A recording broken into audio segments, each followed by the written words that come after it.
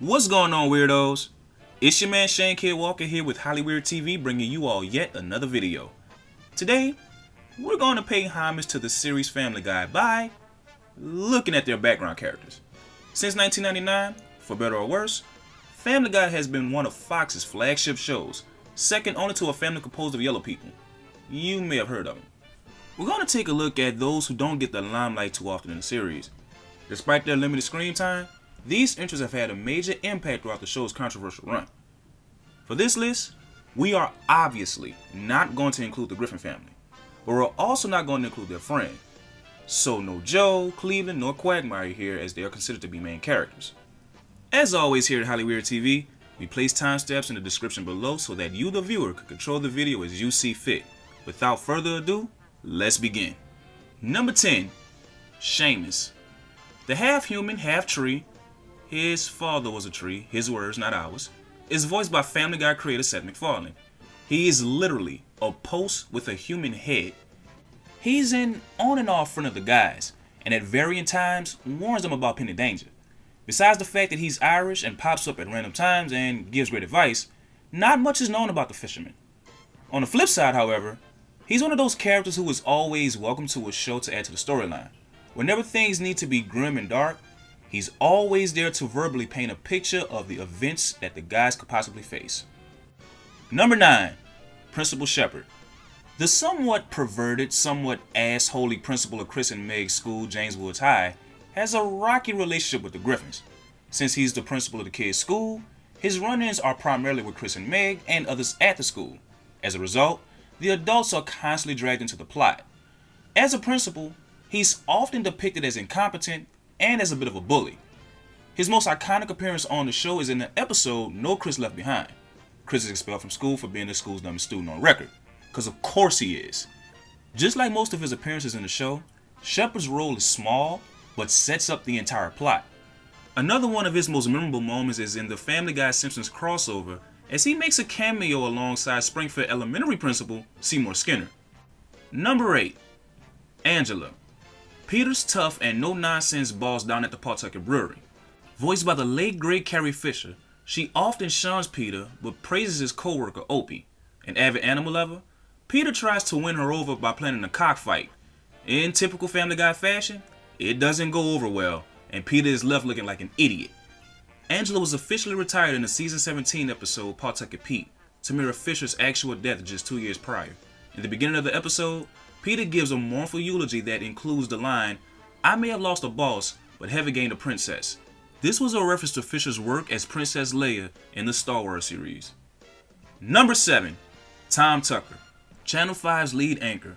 Tom is often making references and jokes at the expense of others around him. His former co-anchor Diane Simmons always falls victim to his constant insults.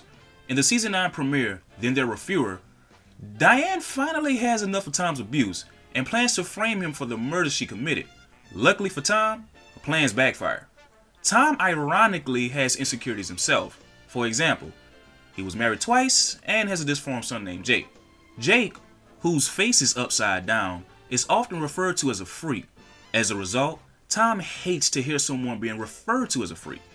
Just like Quagmire, he's based on actors from the 1940s era Hollywood, which explains the way he talks. And speaking of Channel 5, Number 6, Tricia Takanawa.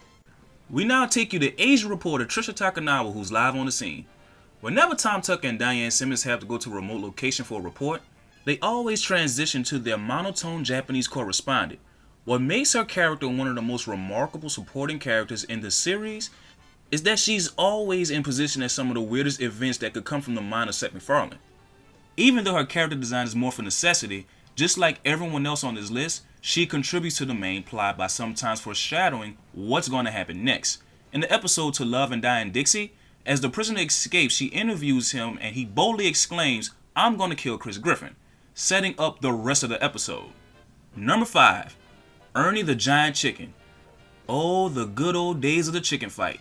For about 20 years, Peter and this foul bird, see what I did there, have had the most brutal run-ins in television lore. Talk about if Ali met Tyson in the ring. These slugfests would become stuff of legend. At the most ironic times, the chicken shows his face and attacks without warning. These two beat the living bejesus out of each other at every turn. It has become a staple of the Family Guy franchise and one of the most sought after scenes each season. Can y'all believe this beef started over a damn coupon at dinner? Number 4, Dr. Hartman. The bumbling, idiotic family doctor that comes through in the clutch every single time. A recurring gag in the show is that he often doesn't know what he's talking about, and a member of the family sometimes has to correct him. Another is that he sometimes dances around the diagnosis of his patients. Dr. Hartman's antics draws comparisons to that of the Simpsons' Dr. Nick. Although he is reckless, he has proven on several occasions that he is a valuable asset to the Griffins. A prime example of his work, he saved Lois's life after she suffers a near-fatal heart attack due to rapid weight gain. As a result, he earned the title Jekyll and Hyde, in a good way, for this list. Number 3, Consuela. If you ever need someone who is dedicated to cleaning a house or a hotel, then Consuela is the person you are looking for. She has I stay and clean the entire cast to absolute death. What makes Consuela significant is her word pronunciation. For example, instead of saying Mr., she says Misser.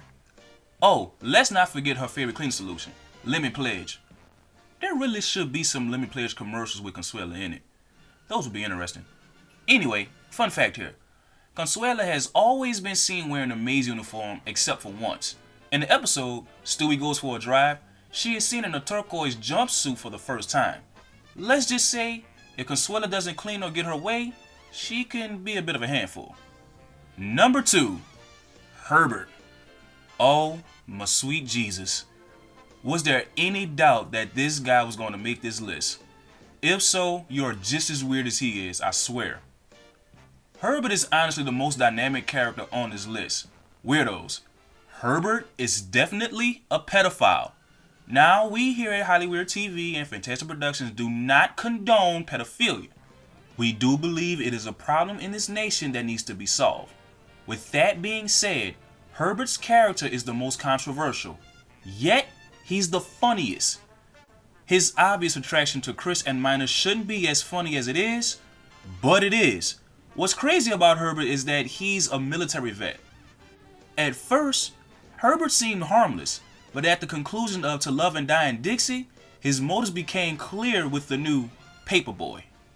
Number 1, Mayor Adam West. Voiced by the Cape Crusader himself, the late great Adam West delivered in every single episode he performed in. Mayor Adam West first appeared in the episode 15 Minutes of Shame in Season 2. His presence would continue to be felt for an additional 15 seasons. Mayor West is portrayed as buffoonish, irresponsible, and childlike. He always makes political decisions that will endanger the citizens of Quahog. However, on June 9, 2017, the real-life Adam West passed away at the age of 88. His death came just 6 months after the death of Carrie Fisher. At the time of his death, there were 5 episodes that had yet to make the air that contained his character. As for how Family Guy acknowledged his death, it was said that the mayor passed away off screen in the season 17 finale, Adam West High. Do you all agree? If so, or if not, please tell us about it in the comment section below. If you have any ideas on what we should do next, by all means, leave your recommendations in the comment section too. Yeah, we actually read those things and we give shoutouts to the recommenders. Next time on HollyWeird TV, it's going to be a series of releases. On Thursday, June 4th, I will be releasing HollyWeird TV's first ever predictions video for the WWE pay-per-view NXT TakeOver in Your House at 2:30 p.m. Central Time. On Tuesday, June 9th at 12:30 p.m., HollyWeird will present its first video in the retrospective series as Fantastic Productions' KB Chris Brown will host the very first edition. Also on June 9th, the official results and review video for NXT TakeOver in Your House will be released at 5:30 p.m.